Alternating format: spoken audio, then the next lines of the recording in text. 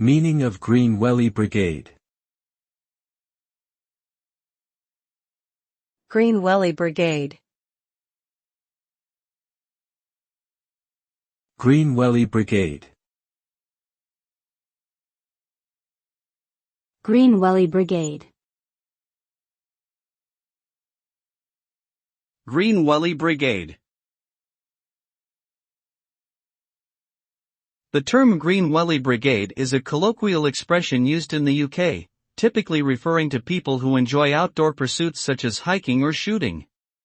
The name derives from the green Wellington boots, or wellies, worn by these individuals during their activities.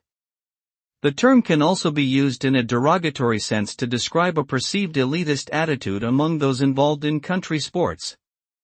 Overall, it is a term that plays on stereotypes of country life and outdoor enthusiasts in the UK.